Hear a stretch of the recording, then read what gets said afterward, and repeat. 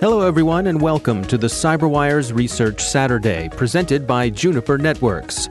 I'm Dave Bittner, and this is our weekly conversation with researchers and analysts, tracking down threats and vulnerabilities and solving some of the hard problems of protecting ourselves in a rapidly evolving cyberspace. Thanks for joining us. And now a word about our sponsor, Juniper Networks. Organizations are constantly evolving and increasingly turning to multi-cloud to transform IT. Juniper's connected security gives organizations the ability to safeguard users, applications, and infrastructure by extending security to all points of connection across the network. Helping defend you against advanced threats, Juniper's connected security is also open, so you can build on the security solutions and infrastructure you already have. Secure your entire business from your endpoints to your edge and every cloud in between with Juniper's connected security. Connect with Juniper on Twitter or Facebook. And we thank Juniper for making it possible to bring you Research Saturday. And thanks also to our sponsor, Unveil, whose revolutionary zero-reveal solution closes the last gap in data security, protecting data in use. It's the industry's first and only scalable commercial solution, enabling data to remain encrypted throughout the entire processing lifecycle. Imagine being able to analyze, search, and perform calculations on sensitive data, all without ever decrypting anything, all without the risks of theft or inadvertent exposure. What was once only theoretical is now possible with Unveil. Learn more at unveil.com. So as part of our daily mobile malware tracking activity, there are several third-party app stores as well as app stores that are not known before. But if we see payloads being downloaded from there. That's Deepen Desai. He's Vice President of Security Research and Operations at Zscaler. The research we're discussing today is titled From Third-Party Android Store to SMS Trojan. So in this case, it was Android packages. We saw about 49 different Android packages that were downloaded from this location, which is what got the researchers interested in digging more. And that's how we discovered this campaign and the fake malicious app store. In the research that you published here, I mean, one of the first things you have is an image of this app store. And I guess we should say that this is something that's fairly common on the Android side of things, these third-party app stores. Yeah, third-party app stores are fairly common on Android side, for sure. Looking at the images that you posted of these, it's funny to me how the games look similar to games we know about. There's one called Crazy Birds, which of course looks like Angry Birds. There's Super Bros Run, which I guess looks like Super Mario Brothers Run, and Bubble Candy, which I suppose is supposed to be Candy Crush, and Tetrix Blocks, which is supposed to be Tetris. So they're all similar, but not quite the original games. Right. Yeah, that's a good point. And that's what we noticed as well. Like all of these are sort of renamed version of some of the popular games. And Crazy Birds and Super Bros are the ones that we have also mentioned in the blog screenshots. They look very, very similar. So yeah, I believe the intention over here was to attract users' attention and get that package downloaded on the user's cell phone device. The delivery mechanism was through web. So the user should have clicked or would have been a drive-by download from another website that the user was already visiting. So if someone is on this site that is pretending to be a third-party app store, and they click to download one of these apps, so what happens next? So once a user installs the app and tries to run the game, there is no icon present on the dashboard, right? So because there is no game, the user will not be able to start anything after the installation is complete. But in the back end, the app is actually running and it starts sending SMS messages. It communicates with a command and control server where it reports the infected device and waits for further instructions from there.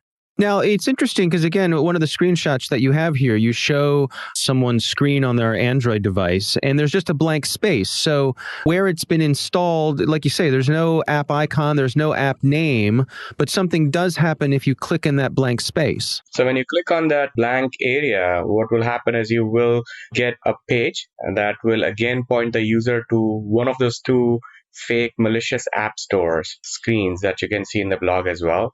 One of them says Smart World and the other one is Sexy World. And when you visit any of them, you're going to see again the host of apps that pretends to be some of the popular apps out there with different name. Also, when you click on one of those, it attempts to escalate your privileges. It will attempt to get the admin privileges. And we've shown the screenshot where, the user will have to activate the administrator privilege for the app. And that's when the activity will start. Yeah, it's an interesting little bit of social engineering there. It says to view all the porn videos you need to update, click to activate. I can imagine that could grab some people's attention. Yeah, that has happened in the past as well, right? Remember PornDroid, as well as many other porn-based ransomware as well, where user falls for this, and then you will see a totally different screen, no video out there. Right. And so once you've given this app your admin rights, what happens next? So once the app receives the admin right, it will then collect the information of the infected device. It will then relay information such as what's the Android version that's running on the system, device ID, country code. All of that information is then relayed to a remote command and control server. In response to that, the server will then act the information that it receives from the infected device, and it will then further instruct the device to perform malicious activity. And what malicious activity does it want the device to do then?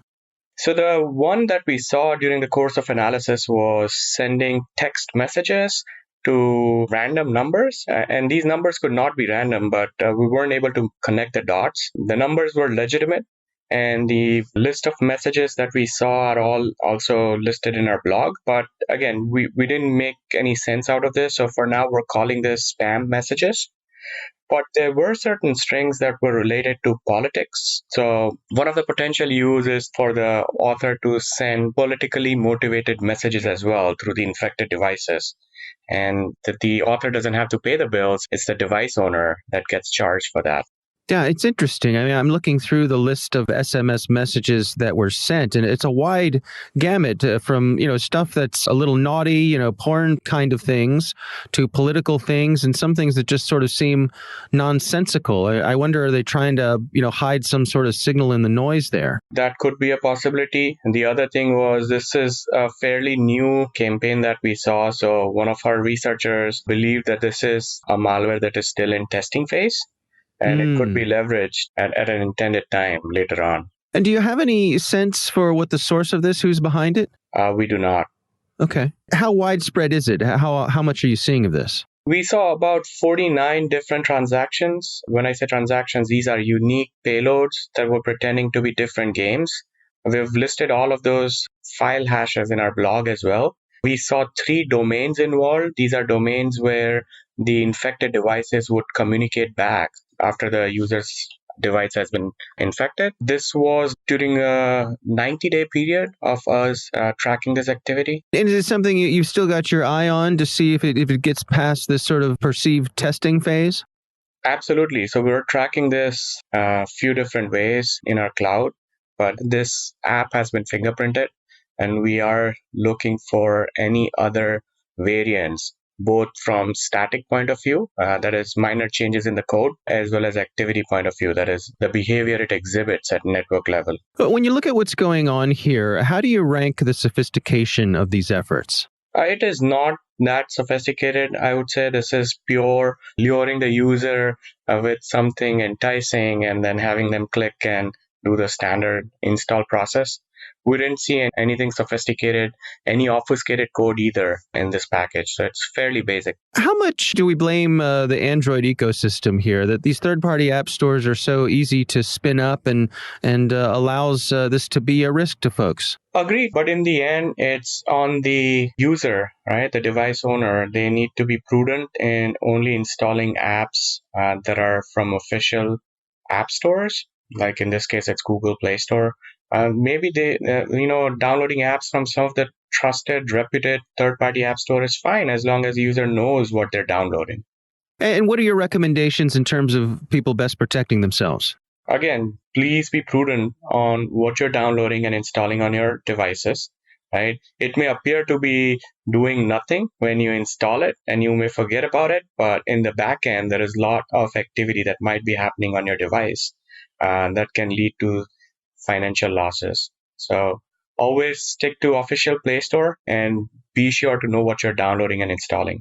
Now, suppose someone found themselves infected with this. What goes into remediation? Once the user discovers that he's been impacted with this payload, and the user will have to follow the standard steps of removing the app. The first step in this case would be to remove the administrator privilege of this app, and then the user will be able to uninstall the app, and the user should then reboot the device into normal mode. And as far as you can tell, that would do it. There wouldn't be anything else left behind. There wouldn't be anything left behind. We didn't see any other code associated with this package getting dropped. Yeah, I have to say, I mean, this is an interesting one as much in the sort of basic level of it. It's almost kind of clumsy in the way that it presents things and installs things, but I suppose it works. It does work. And like I said, it might be just the start of this campaign. We might see many more payloads, or the existing payloads might get additional instructions from the CNC server, and we might be able to see additional activity out of this. Our thanks to Deepen Desai from Zscaler for joining us. The research is titled From Third-Party Android Store to SMS Trojan. We'll have a link in the show notes. Thanks to Juniper Networks for sponsoring our show. You can learn more at juniper.net/security or connect with them on Twitter or Facebook. And thanks to Unveil for their sponsorship. You can find out how they're closing the last gap in data security at unveil.com. The CyberWire Research Saturday is proudly produced in Maryland out of the startup studios of Data Tribe, where they're co-building the next generation of cybersecurity teams and technology. The coordinating producer is Jennifer Iben. Our CyberWire editor is John Petrick. Technical editor Chris Russell. Our staff writer is Tim Nodar. Executive editor Peter Kilpie. And I'm Dave Bittner. Thanks for listening.